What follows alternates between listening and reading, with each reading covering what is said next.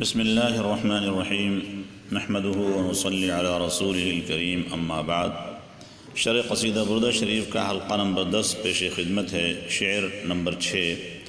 فکیف تنکر حبا بعد ما شہدت، فکیف تنکر حبا بعد ما شہدت به علیک عدول الدمع والسقم، به عليك عدول الدمع والسقم، مولاي صل وسلم دائما أبدا على حبيبك خير الخلق كلهم۔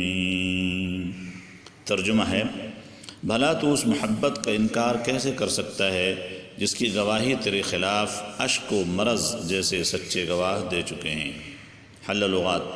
کیفا استفہام کے لیے ہوتا ہے مگر متعدد معانی میں بھی استعمال ہوتا ہے، یہاں پر تعجب کے معنی میں آیا ہے، یعنی کہ تعجب ہے تمہارے انکار محبت پر جبکہ عادل گواہ موجود ہیں۔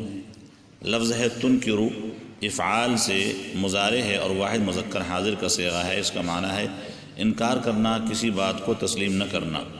ثلاثی مجرد میں سمعہ سے آتا ہے، معنی ہے نہ پہچاننا، اجنبیت محسوس کرنا۔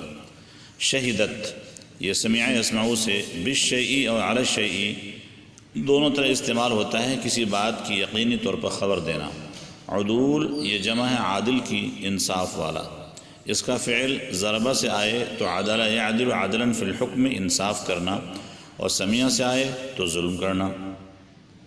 اور عدل باللہ استعمال ہو تو معنی ہے شرک کرنا، اللہ کے ساتھ شرک کرنا۔ السقم، اس کی جمع اسقام آتی ہے، دل کی بیماری یا طویل مرض، اور اس کا فعل استعمال ہوتا ہے سمعہ سے، اس کے معنی آتے ہیں بیمار ہونا۔ مطلب یہ ہے کہ جب آنسو اور بیماری کی صورت میں دو گواہ ایسے موجود ہیں جو کہ وجود محبت کو ثابت کر رہے ہیں تو عاشق اس محبت کا انکار کیسے کر سکتا ہے؟ اور یہ بھی سچ ہے کہ عشق اور مشق چھپائے نہیں چھپتے۔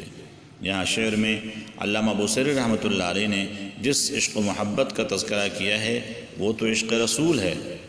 اس کو بیماری سے تعبیر کرنا باعث اشکال ہے، کیونکہ عشق رسول تو کامل درجے کی صحت شمار ہوتا ہے۔ جواب یہ ہے کہ بلا شبہ یہ روحانی بیماری نہیں ہے، لیکن جسمانی ضعف و کمزوری بھی بیماری کے مانند ہے۔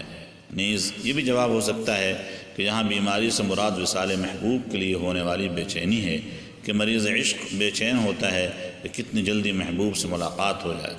علامہ خرپوتی رحمۃ اللہ علیہ فرماتے ہیں کہ عالم رؤیا میں امام بوصیری رحمۃ اللہ علیہ جب حضور اقدس صلی اللہ علیہ وسلم کی بارگاہ میں قصیدہ سنا رہے تھے تو پورے قصیدے کے 6 اشعار ایسے ہیں جن کو سن کر آپ علیہ الصلاۃ والسلام خوشی میں جھوم رہے تھے۔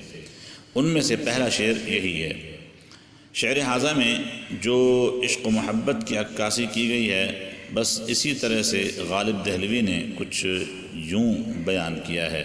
عشق پر زور نہیں ہے یہ وہ آتش غالب، جو لگائے نہ لگے اور بجھائے نہ بجھے۔ اور یہ حقیقت ہے کہ جو شخص مبتلا عشق ہوتا ہے وہ لازماً لاغری و کمزوری میں مبتلا ہوتا ہے۔ کیا خوب کسی نے کہا ہے، یہ عشق نہیں آساں، بس اتنا سمجھ لیجئے ایک آگ کا دریا ہے اور ڈوب کے جانا ہے۔ اور یہ تو عشق رسول ہے جو عشق حق ہے اور دارین کی سعادتوں کی کنجی ہے، اس لیے بلا شک و شبہ وہ لوگ خوش نصیب ہیں جنہیں عشق رسول کا کچھ حصہ بھی نصیب ہو جائے۔